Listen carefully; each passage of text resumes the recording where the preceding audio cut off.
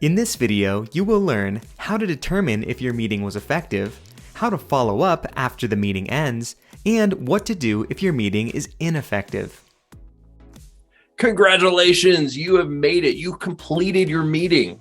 Now, the game's not over with yet. That's the thing. You gotta remember that. You've got preparation, facilitation, participation, and now we're in follow-up.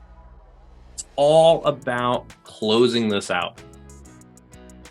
When at the end of a meeting, you need to determine how effective that meeting was. What I like to do to determine whether or not a meeting is effective is save a few minutes at the very end of the meeting to maybe ask the audience. Maybe there's good psychological safety in your group. And because of that, you can actually ask people, hey, how was this meeting? Did you like it? Was it effective? Was it valuable?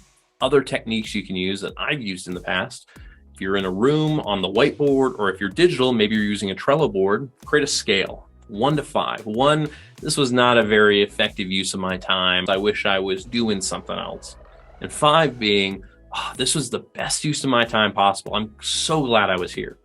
As people leave, physically in the room, have a mark on that whiteboard where they're at. If they're digital, have them go ahead and vote on one of those cards, 1 to 5. And again, that just gives you information in terms of, hey, did people feel that this was an effective meeting or not?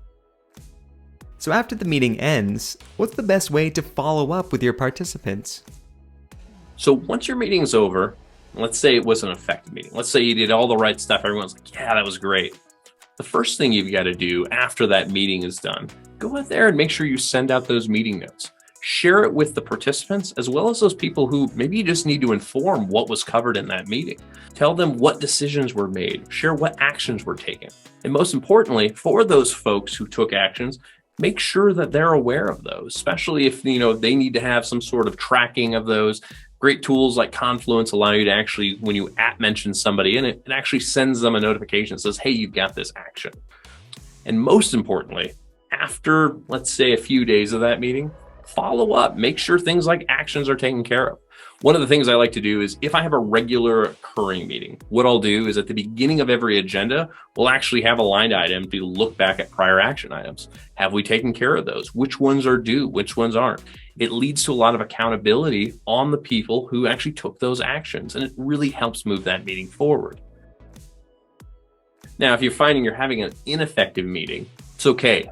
Don't beat yourself up for it. It happens to all of us, and the goal here is just to get better. So a couple things you can do here is one, go actually ask some folks, have some one-on-one sessions of saying, hey, I'd love to get better at running effective meetings. What feedback do you have for me? Figure out what could make meetings better the next time and experiment with that. Another thing you can do, and let's say it's a meeting that's on a regular basis, do what we call a ritual reset here in Atlassian. If you go to our team playbook, you'll find the ritual reset play. And it's a fantastic play that allows you to kind of take a meta view at your meetings and saying, hey, if I were to re-examine all these meetings, what would I keep because I think they're super valuable?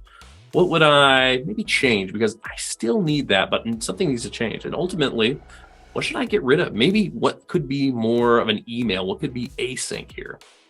Actually, a great story for you here is I have a customer I've been working with, a telecom, that actually found themselves in need of kind of fixing up some of their meetings. What ended up happening is they said, you know what, we'd love to try this ritual reset play out. And so they did. They actually went and spent about an hour, which is all the time it takes, running through that play. And the next day, I actually got an email from that team that says, hey, I just want to say, running this play kind of changed our perspective on how we meet. It allowed us to really take a look and say, is this meeting worthwhile, or should we change it up? Should we remove it? And from there, they're able to kind of really change how they work together. All of a sudden now, they've introduced some new ways of working. They've opened up their minds to saying, we can collaborate differently. So explore things like our ritual reset, because it's incredibly powerful to actually look and say, hey, is this the best use of our time? And maybe it is. Let's get a little bit better at it.